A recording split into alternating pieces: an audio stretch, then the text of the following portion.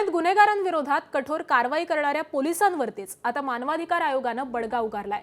शहरातील 3 पोलीस ठाण्यांना आयोगानं नोटीस बजावलेली असून त्यामुळे गुन्हेगारीवरती आळा घालण्याचा दबाव आणि मानवाधिकार आयोगाच्या कारवाईचं संकट अशा दुहेरी कात्रीत पुणे पोलीस सापडल्याचं चित्र आहे। हत्येतील आरोपींची वाहनाच्या बोनेटला बांधून धिंड काढल्याप्रकरणी भारती विद्यापीठ पोलीस ठाण्याला मानवाधिकार आयोगानं नोटीस बजावली। या प्रकरणानंतर पोलीस निरीक्षक मानसिंग पाटील यांची बदली करण्यात आली।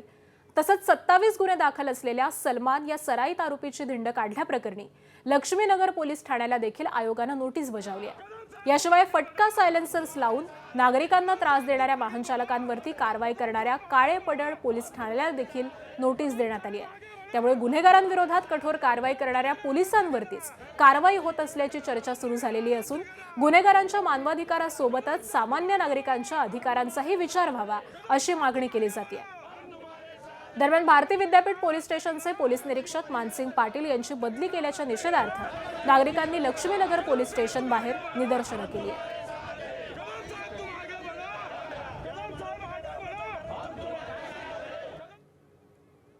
दरम्यान भारती विद्यापीठ पोलीस स्टेशनचे पोलीस निरीक्षक मानसिंग पाटील यांची बदली केल्याच्या निषेधार्थ लक्ष्मीनगर पोलीस स्टेशन बाहेर नागरिकांची निदर्शनं सुरू आहेत। नागरिकांच्या प्रतिक्रिया जाणून घेतलेल्या आहेत आमचे प्रतिनिधी मंदार गोंजार यांनी। बघूयात। शेवटी पण दिवस कसा उजडेल लवकर असं वाटायचं। हे तलवारी घेऊन फिरणं, परत चर्च गांजा हे बसून पिणं कोपऱ्याला, घराच्या पाठीमागच्या साईडला, म्हणजे आमच्या ज्यान मुलींना बाहेर फिरण्याची पण चोरी होती। आमच्या दारामध्ये नवीन आम्ही रिक्षा घेतली, एक हप्त्याने रिक्षा घेतली आणि आमच्या दारामध्ये रिक्षा लावली। हे गुंड्यांनी ते नवीन रिक्षा आमची सर तोडण्यामध्ये आली आणि आम्ही कंप्लेंट पण केली, पण त्याच्यावर लवकर काही त्यांनी पोलीस लोकांनी काही म्हणजे बघितलं आणि त्याला ते ही कारवाई केली नाही। मग नंतर कदम साहेबांनी त्याच्यावर आल्यानंतर काही दिवसांनी कदम साहेबांनी त्याच्यावर कारवाई केली आणि आम्हाला न्याय मिळवून दिला। आज आम्ही कुणाविरुद्ध आवाज नव्हतो उचलू शकत। कुणी पोलीस स्टेशनला यायला सुद्धा घाबरायचं की आम्ही पोलीस स्टेशनमध्ये गेलो आणि गुंडांना समजलं तर काय होईल। पण आज रवींद्र साहेबांमुळे आज कुठेतरी आमच्यामध्ये आत्मविश्वास आला होता। आम्ही सुरक्षित का होईना एक जगत होतो।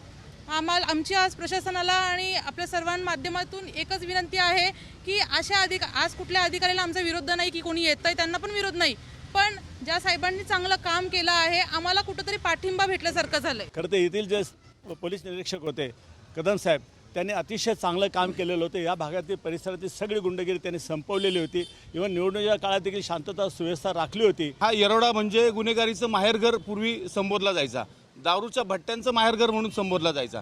आज तुम्ही येरवड्यामध्ये फिरताना तुम्हाला कुठेही अवैध दारू दिसणार नाही, कुठेही एक कोयता दिसणार नाही, कोयता गँग दिसणार नाही।